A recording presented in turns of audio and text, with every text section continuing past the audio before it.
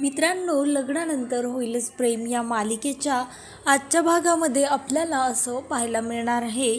इकडे होळीचा सण सुरू असतो. सर्वजण कलर खेळून थकलेले असतात आणि गार्डन एरियामध्ये शांतपणे बसलेले असतात. आणि त्यानंतर इकडे पार्थ म्हणत असतो, खरं तर आता हे तुम्ही सरबत प्या. आई तू देखील पी. हे सरबत कसं झालं आहे नक्की सर्वजण आम्हाला सांगा. तोपर्यंत हे सरबत आम्ही आमच्या बायकांना देऊन येतो. त्यावर मानिनी काकू त्यांना म्हणते, अरे असं काय करताय? जर तुम्ही हे सरबत तुमच्या बायकांसाठी आणले तर मग तुमचे ग्लास कुठे आहेत? त्यावर पार्थ म्हणतो, आई खरं तर हेच आम्हाला देखील आणि त्यांना देखील हेच आहे. जीवा म्हणत असतो, आई आम्ही खरं तर एकाच ग्लासातनं ही थंडाई पिणार आहोत असं तो सांगत असतो. पार्थ म्हणत असतो, आई ते नाही का एकाच नारळ पाण्यामध्ये 2 स्ट्रॉ टाकून पितात, अगदी तसंच असं म्हणतात आणि त्यानंतर तिथनं निघून जातात. आणि मानिनी आणि सर्वजण त्यांना चिडवत असतात. त्यानंतर वसू आत्या आणि रम्या मात्र दोघीजणीच इकडे दोघी बाहेर येऊन बोलत असतात. त्यावर रम्या वसू आत्यांना रागवत असते, त्यांच्यावर राग करत असते. ती म्हणत असते, आई खरं तर आपण जे काही केलं आहे मला तर असं वाटतं ते सर्व तूच एखाद दिवशी स्वतःच्या तोंडून कोणाला तरी सांगून देशील, कारण तू कधी काय बोलशील याचा मात्र जरा देखील नियम नाही आहे. त्यावर वसू आत्या म्हणते, अगं गप रम्या, मला एवढं तर कळतं कुठे काय बोलायचं आणि तू काळजी करू नको, मी कोणालाही काही सांगणार नाही. त्यावर रम्या मात्र वसू आत्यांना म्हणत असते, आई माझा तुझ्यावर जरा देखील विश्वासच नाही आहे, कारण तू एकदा सुरू झालीस की तुला कळतच नाही कोणाला काय बोलायला हवं. त्यावर ती म्हणते, अगं आता आपण धनंजयच्या घरी आलो आहे ना, आणि मी त्याला तसं सांगितलं आहे देखील की आता सर्व काही मी विसरून गेली आहे आणि आता तर आपण त्यांच्या घरी आलो आहोत म्हणून त्याची खात्री देखील पटली असणार. त्यावर रम्या म्हणत असते, अगं आई तू जरा नीट विचार कर, कशावरनं हे लोकांनी आपल्यावर 100% विश्वास टाकला असेल, कारण जसं आपण ह्यांच्याबरोबर खेळ खेळत आहोत तसंच हे लोक देखील आपल्यासोबत जर कोणती चाल खेळत असतील तर मग तू असा देखील विचार करून बघ नाही, असं रम्या वसू आत्यांना सांगत असते. ती म्हणत असते, खरं तर ह्या मोहितेंच्या पोरींचा काही नियम नाही. खरं तर त्या दोघी वाघिणी आहेत. ही काव्या वाघीण आहे तर नंदिनी मात्र शेरची सव्वा शेर आहे. त्यामुळे आपल्याला असं हलक्यात एवढं देखील यांना घेऊन चालणार नाही असं रम्या वसू आत्यांना म्हणत असते. ती म्हणत असते, अगं आई तूच तर मला काल रात्री म्हणाली होतीस ना की काचेचा ग्लास फुटल्यानंतर काहीतरी अशुभ नक्कीच घडतं. आई तू जरा अलर्ट राहा आणि कोणी काही दिलं तर खाऊ पिऊ नकोस, कारण असं व्हायला नको आपणच आपली पापे स्वतःच्या तोंडून ह्या सर्वांना सांगून बसू, असं रम्या वसू आत्यांना म्हणत असते. आणि इकडे जीवा मात्र नंदिनीला ती थंडाई ते ताक पिण्यासाठी फोर्स करत असतो, पण नंदिनी मात्र पीत नसते. ती म्हणत असते, नाही जीवा मी बिलकुलही हे ताक नाही घेणार, मला विश्वासच नाही आहे तुम्ही जर यामध्ये काही घातलं असेल तर. जीवा म्हणत असतो, अगं तू एकदा पिऊन तर बघ, जीवा स्पेशल स्टाईलचं हे ताक मी खास आज तुझ्यासाठी बनवलं आहे आणि तू काय सततच आपलं नाही नाही म्हणत आहेस, हे ताक पिऊन तरी बघ.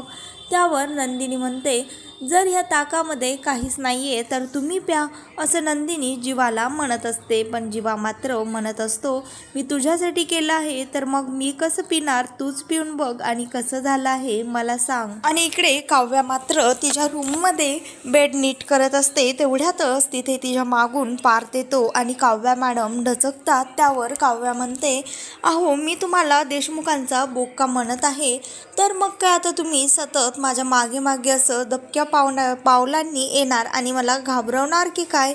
खरं तर मला असं केलेलं अजिबात आवडत नाही असं ती त्या पार्थला म्हणत असते. पार्थ म्हणतो, सॉरी काव्या, पण मी तुम्हाला हे ताक स्पेशल घेऊन आलो होतो खास तुमच्यासाठी, चला बरं पटकन पिऊन घ्या. त्यावर ती म्हणत असते, तुम्ही यामध्ये काही टाकलं तर नाही आहे ना?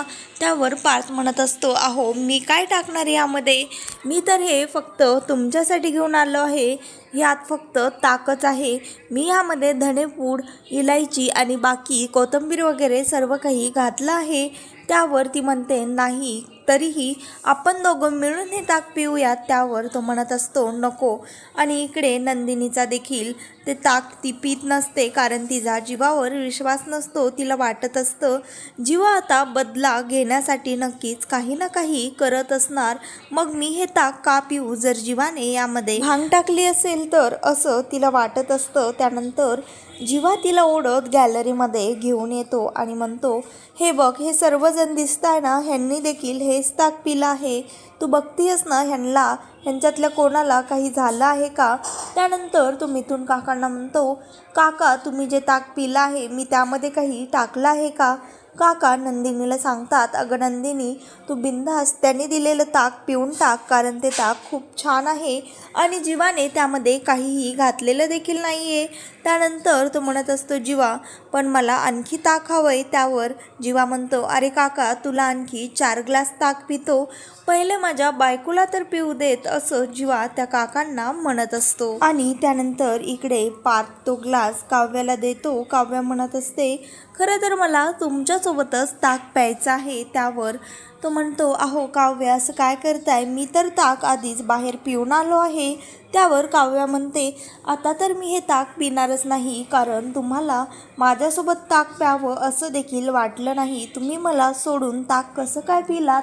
त्यावर तो म्हणत असतो अगं खरं तर मला तुझ्या आईने फोर्स केला, मग आता मी सासूबाईंचं म्हणणं कसं टाळणार, त्यामुळे मला ताक प्यावं लागलं, असं पार्थ त्या काव्याला सांगतो आणि काव्या ते ताक पिऊन टाकते. त्यानंतर इकडे नंदिनी बाहेर येते आणि नंदिनीच्या मागे जीवा देखील ताकाचा ग्लास घेऊन बाहेर येतो आणि नंदिनीला म्हणतो नंदिनी, आता जर तू हे ताक पिलं नाहीस तर मी तुला जरा देखील बोलणार नाही, कारण खरं तर तुझा माझ्यावर आता विश्वासच नाही आहे आणि तूच म्हणतेस ना नात्यामध्ये विश्वास सर्वात महत्त्वाचा असतो. त्यानंतर नंदिनी म्हणते द्या, आणि तो ग्लास हातामध्ये घेते आणि ते ताक पिल्याची ॲक्टिंग करते.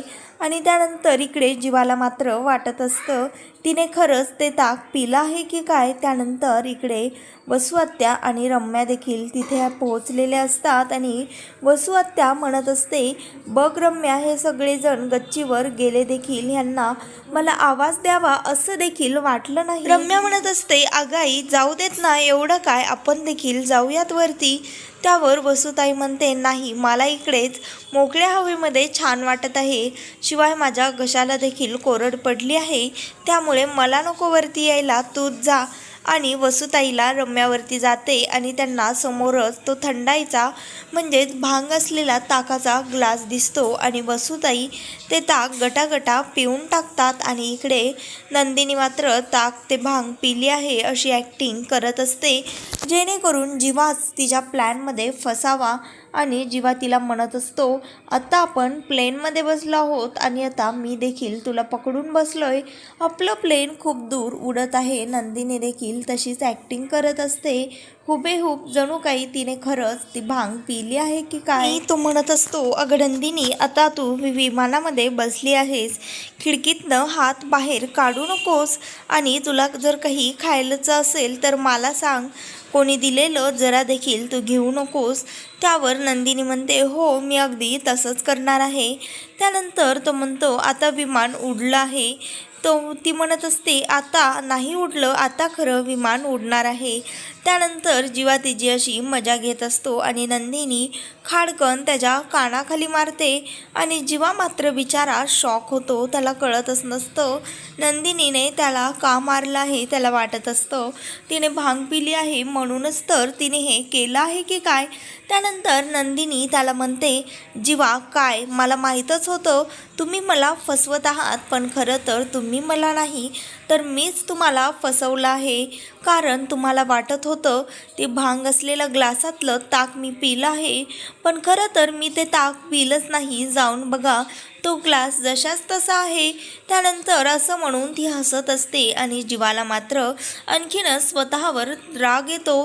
ती म्हणत असते खरं तर तुम्ही मला मूर्ख नाही, मी तुम्हाला मूर्ख बनवलेलं आहे. त्यावर जीवा म्हणतो तू मला मूर्ख म्हणालीस का. त्यावर ती म्हणते जे लोक आधीच आहेत त्यांना म्हणण्याची काय गरज. आणि इकडे काव्या मात्र एकटीच खेळत असते गार्डन एरियामध्ये. तिला वाटत असतं पार्थ तिच्या सोबतच आहे की काय. ती म्हणत असते गार्डन एरियामध्ये एवढं पाणी कसं झालं, चला आपण या पाण्यामध्ये खेळूयात, असं ती स्वतःच्या मनाशीच बडबडत असते. आणि त्यानंतर ती काव्या वसू आत्यांना गार्डनमध्ये दिसते. त्यानंतर वसू आत्या देखील तिच्या मागे जातात, कारण वसू आत्यांनी देखील भांग पिली असते, त्यांना देखील जराही शुद्ध नसते. त्यानंतर वसू आत्या काव्याजवळ येऊन बसतात आणि ती म्हणत असते, आल्यात का तुम्ही आत्याबाई? खरं तर मी तुम्हालाच आत्ता बोलवायला येणार होते. कुठे होतात तुम्ही एवढा वेळ? आणि तुमची ती आगाऊ पोरगी कुठे आहे? त्यावर त्या म्हणत असतात, ती असेल इथेच कुठेतरी, मी तरी तिला बघितलं नाही. त्यानंतर आत्या म्हणतात, काहीतरी कट कारस्थान रचत असेल. काव्या म्हणते, ती सततच असे काही ना काही कट कारस्थान रचत असते. त्यानंतर आत्या त्या काव्याला सांगत असतात, पण मी मात्र तिच्यासोबत नाही आहे बरं का. मी खरं तर 16 डिसेंबरनंतर कोणाच्याही आयुष्यामध्ये गेलेच नाही ढवळाढवळ करायला.